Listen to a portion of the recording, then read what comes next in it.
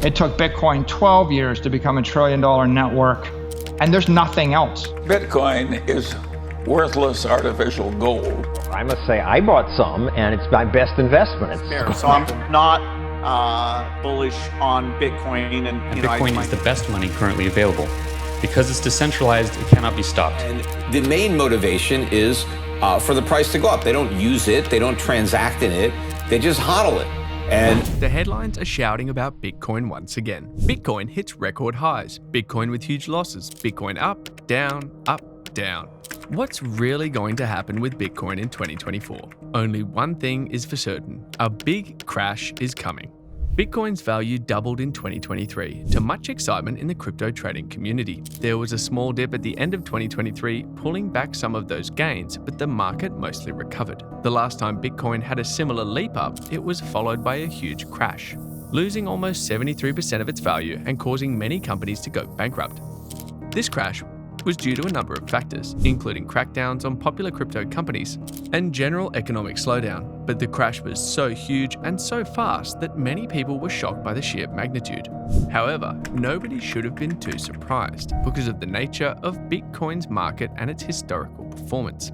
After all, this crash wasn't the first, it wasn't even the biggest. This is how we can say that Bitcoin is headed for a huge crash in 2024, while other analysts are claiming that Bitcoin is going to hit six figures for the first time ever. We can all be right. However, $100,000 Bitcoin may be dreaming a bit too big, while a large crash is a certainty. We can say this because of Bitcoin's historical volatility. This is a high growth asset. And like anything with big growth opportunities, there is a high risk. Bitcoin has had huge gains in the years since its creation, and it has equally phenomenal crashes, multiple of them on a fairly regular basis. 2018 saw the biggest crash so far, but 2022 also saw a big sell-off and decline in price. What did these crashes have in common? They followed on the heels of boom periods where the prices skyrocketed. 2023 has been such a boom period, with the price doubling over the year. The market is almost certainly going to adjust after a big increase with an almost equally large and even more sudden decrease. Besides the usual what goes up must come down logic of speculative assets, there is another thing happening in 2024 that has historically been followed by a dip in Bitcoin price. Bitcoin is predicted to undergo a halving in 2024. What is halving in terms of Bitcoin? You may have heard of Bitcoin mining, which is the process of using processing power to generate new Bitcoin. There are a lot of details and steps to get to that point that we're leaving out, but explaining it all would take its own video. Essentially, someone uses processing power to accomplish tasks that will reward them with Bitcoin. Anyone who has a capable GPU or graphic processing unit, commonly called a video card, can set up as a Bitcoin miner. Because there's no approval or restriction around who can start mining Bitcoin and put more into the marketplace, there needs to be some automatic slowdown in the system itself to reduce growth. Without it, the market would get too flooded too quickly with new coins. When Bitcoin was originally designed, there was a process put in place to slow down production growth over time. The reward for Bitcoin mining is fixed. Currently, the reward for a new block added by a Bitcoin miner, explaining the blockchain would also need its own video, is 6.25 Bitcoins.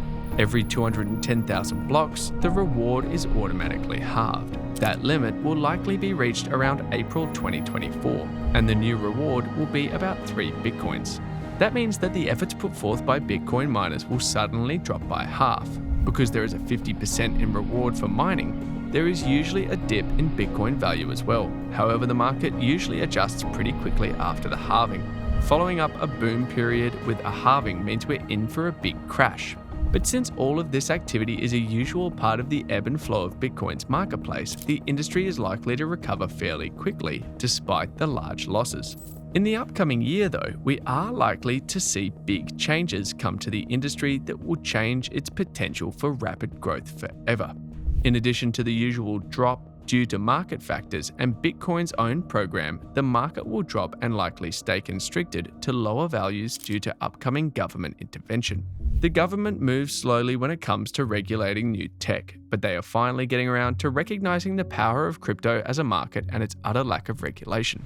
You may have heard the hubbub around Sam Bankman-Fried and FTX. For a while, Bankman-Fried was the golden boy of crypto, until his conviction for fraud and other crimes. His downfall undermined a lot of trust and also showed many investors in crypto were being scammed. Many people lost their life savings, having bought into the claims from SBF and other crypto entrepreneurs that they would become millionaires thanks to the new anonymous technology. Scandals like this one and crypto's general setup has brought it a lot of nasty comments from some of the biggest movers and shakers in the investment world.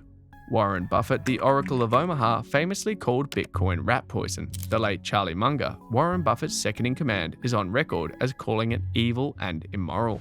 Both of them believe that cryptocurrency is not only destabilizing for a personal portfolio, but digital currency like Bitcoin has even had a negative destabilizing effect on entire countries' economies. You can tell they mean it because of how they managed to avoid Bitcoin investment. Berkshire Hathaway is invested in only one company containing Bitcoin in their assets. If you calculate the percentages to find out how much Bitcoin Berkshire Hathaway is exposed due to this one company, according to the Motley Fool, it's 27. 27 Bitcoin equaled 1.153137.60 million as of late 2023. The complete Berkshire Hathaway portfolio is worth $351 billion. This means that the total Bitcoin exposure in the investment firm's total portfolio is worth about 0.0003%. That doesn't exactly sound like a ringing endorsement, especially when you consider that when BH bought the stock, the company they invested in did not hold any Bitcoin. Bitcoin's volatility and lack of regulation has not only caused it to lose trust from individuals, companies, and investment firms, but it's drawn recent attention from lawmakers too. There is a perception that crypto is like the Wild West. But fortunately, the law does still apply there. The government just hasn't figured out which laws need to be enforced and how. In December, the US Senate held hearings to learn more about Bitcoin and other cryptocurrency and how it could and should be regulated. Rather predictably, traditional banks expressed their concern that digital currency is dangerously undermining our economic system. However, it does not seem like they are bending the truth for their own motives. Many lawmakers agree with them. In fact, others pointed out that Bitcoin is not just an economic issue, it's a national security issue. Because it is a more anonymous form of currency, there are many people who use Bitcoin to purchase illegal goods and services.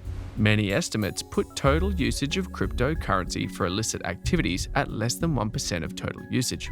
However, some claim that those estimates are biased, and since the system is designed to be fairly anonymous, some estimate that half of all crypto activity is linked to crime. That is probably too large of a chunk, but no one will really know until the system is regulated like regular banks are required to be regulated. Why does the US Senate care about Bitcoin's use in criminal activity? The US government believes that terrorist organizations are using Bitcoin to fund their operations. As a way to prevent this, Senator Elizabeth Warren and others have proposed that anti-laundering laws should be extended to digital currency. When the government cracks down on Bitcoin, however they do it, it will likely slow down Bitcoin growth permanently. The government may start seizing Bitcoin used for illegal activities. If the naysayers are right about how much Bitcoin is being used for illegal purposes, that would mean a huge amount. Up to 50% of Bitcoin seized and perhaps redistributed back into the market by the US government. This period in Bitcoin is not unlike the gold rush. Anyone can go out and stake a claim. But once the government gets involved, there will suddenly be rules and requirements, many of which will require larger infrastructures and may result in barriers to entry. The growth of the market will slow once the government steps in, and though Bitcoin may recover from its next crash once it's regulated, like other investment vehicles, we'll likely have to say goodbye to the record-setting increases that have made Bitcoin such an exciting market.